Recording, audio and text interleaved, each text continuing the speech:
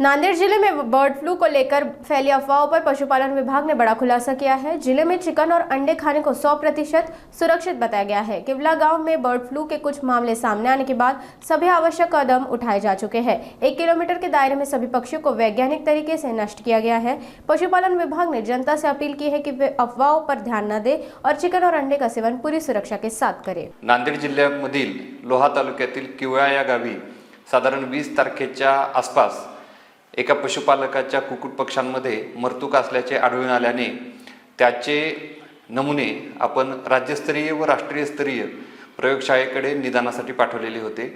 त्यामध्ये बर्ड फ्लूसाठी हे नमुने होकारार्थी आढळून आल्याचे दिसून आल्यानंतर आपण त्या गावामधील 1 किलोमीटरच्या क्षेत्रातील सर्व कुक्कुट पक्षी यांचे शास्त्रोक्त पद्धतीने नष्ट केलेले आहेत। त्यामध्ये साधारणपणे 382 मोठे पक्षी आणि 74 छोटे पक्षी असे एकूण 456 पक्षी आपण नष्ट केलेले आहेत आणि त्यांची शास्त्रोक्त पद्धतीने विल्हेवाट लावलेली आहे। त्याचबरोबर आता हे जे इन्फेक्टेड क्षेत्र आहे 1 किलोमीटरचे अंतराचं त्याच्या पुढील 10 किलोमीटर अंतरापर्यंत आपण सतर्कता क्षेत्र घोषित केलेलं आहे आणि त्या क्षेत्रातील जितके कुक्कुट पक्षी आहेत तर त्यांचे नमुने आपण दर 15 दिवसाला पुढील 3 महिन्यापर्यंत ह्या प्रयोगशाळेकडे पाठवून त्यांचे निदान आपण घेणार आहोत। या पक्ष्यांमध्ये जर आपल्याला परत लक्षणे आढळून आली तर आपल्याला त्याचाही बंदोबस्त करता येतो।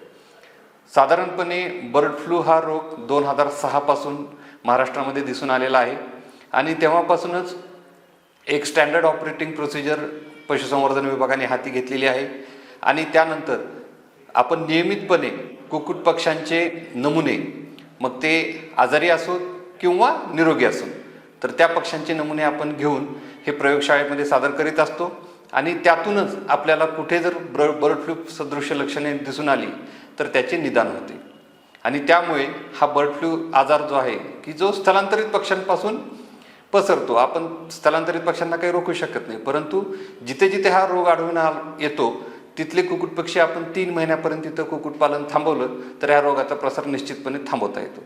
त्यामुळे आपण खात असलेलं चिकन जे आहे आणि अंडी आहेत हे 100% सुरक्षित आहेत ह्याची खात्री प्रत्येक नागरिकाने बाळगावी असे आवाहन मी या निमित्ताने करतो।